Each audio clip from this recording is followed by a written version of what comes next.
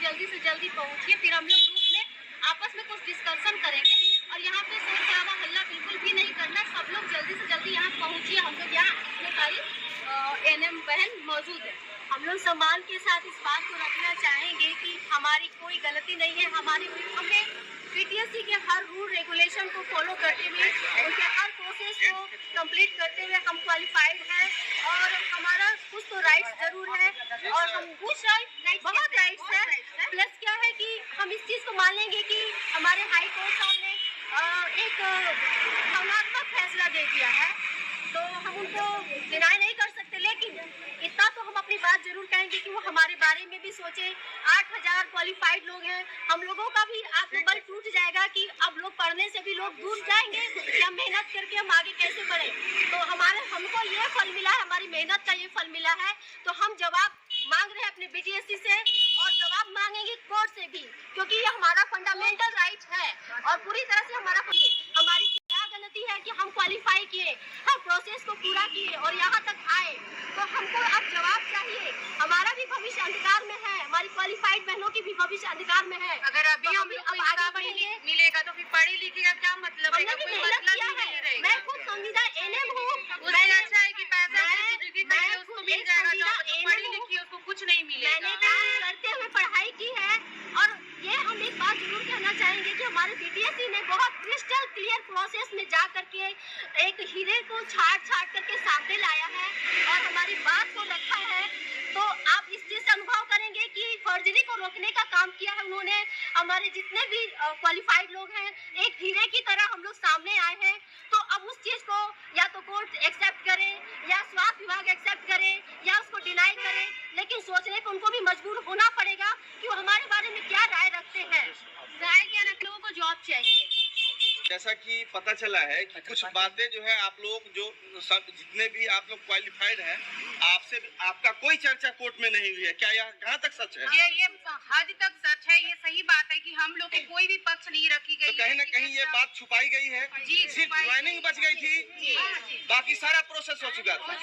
चलिए, आप लोगों की विजय होगी, निश्चित विजय होगी। आज जो है लोग पढ़े लिखे का ही मांग है, हीरे को छाटा गया है। बीटीएससी ने सही किया है और क्वालिफाइड के साथ उनका रहना अति आवश्यक है। अंत तक कोर्ट चाहे जो भी नतीजा दिया हो, दिया है, क्योंकि बात दूसरी तरफ से नहीं सुनी गई है।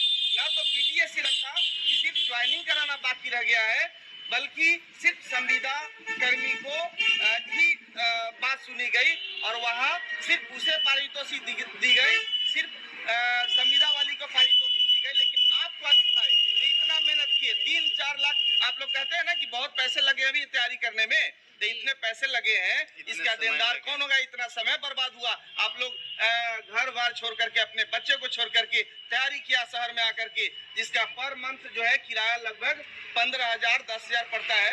इसका देनदार कौन होगा?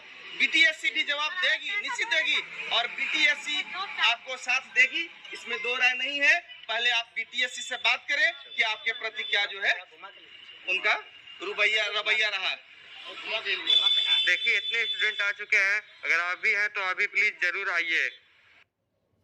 पूरा दुनिया जानेगी कि एक क्वालिफाइड जो है एएनएम बहन किस तरीके से दर भटक रही है। सिर्फ ज्वाइनिंग बच गया था और आगे का अभी बीटीएससी से ऑफिस में आई है पूछने के लिए, उनका क्या जवाब आता है, उसके बाद अगला कदम क्या होगा, देखते रहिए।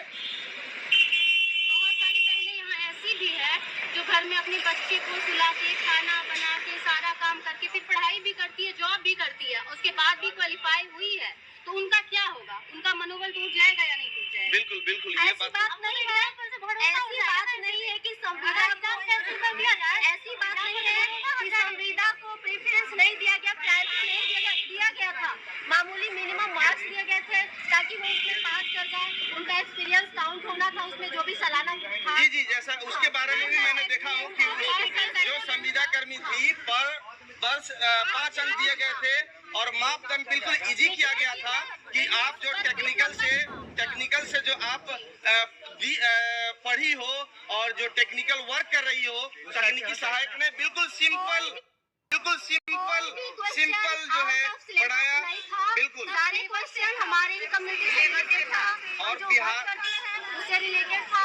कोई भी क्वेश्चन बाहर से नहीं था। जो 32 नंबर नहीं ला सकता है वो जीत जाता है। जो 32 नंबर नहीं लाता है वो जीत जाता है। और जो पढ़ लिख के है उसका कुछ नहीं हो रहा है यहाँ पे।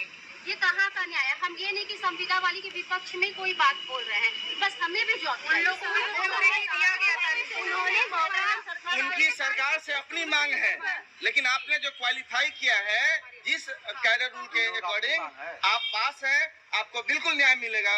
आप लोग घबराइए नहीं। स्टार्टिंग से जो भी प्रोसेस हुआ है सारा कुछ उन्होंने ही डिसीजन लिया, सब कुछ उन्होंने ही किया। मेरिट बना काउंसलिंग हो गई, अब सिर्फ ज्वाइनिंग। पता है कि हमारा ज्वाइनिंग होगा भी या नहीं? नहीं होगा, निश्चित होगा। अगर पढ़े लिखे नहीं ज्वाइनिंग करेंगे तो कौन करेगा बताइए? ये तो नेचर के खिलाफ हो जाएगा ना। यहाँ तो ऐसा हो रहा है ना कि पैसे वाले ज्वाइन करेंगे, पढ़े लिखे घर में घास छीलेंगे, खाना बनाएंगे, यही वाला बात हो रहा है। बीटीएससी ने फर्जरी को रोका है। मैं सपोर्ट करती हूँ बीटीएससी का। बीटीएससी ने कुछ ऐसे भी पॉइंट रखे हैं जजमेंट में कि संदिग्ध स्थिति थी मार्क्स वगैरह का, क्योंकि यह पहले में क्या होता था कि पॉपुलेशन कम थी, लोग कम करते थे एएनएम। अभी तो जागरूकता बढ़ गई है, 35% सरकार खुद महिलाओं को आगे करने की बात रख रही है। ऐसे में महिलाएं बहुत अब करने लग गई, इतनी कंपटीशन बढ़ गया, जिसके तहत बीटीएससी ने यह निर्णय लिया कि नहीं, अब पहले की स्थिति में इम्पोर्टेंस लोग जो है मार्क्स का देता था, पैसे दे करके प्रैक्टिकल में नंबर, इस तरीके से क्या यही न करने का पहले के सर्टिफिकेट भी डाउटफुल रहते थे। मेरिट कहीं से ले आए उठा के आके अपने ज्वाइन कर लिया, मार्क्स अपना आ गए।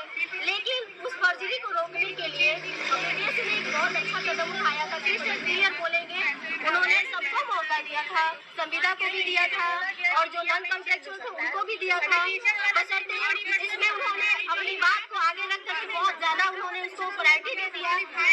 आप लोग अभी जो है बीटीएससी ऑफिस के पास में जो है आई हुई है, इतनी सारी एएनएम बहनें हैं।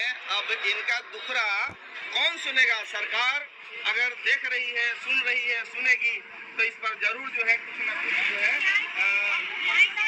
बिल्कुल जस्टिस को मिलना है। सरकार भी अब कहती है कि बिना एग्जाम का अब नियमित नियुक्ति नहीं होगा।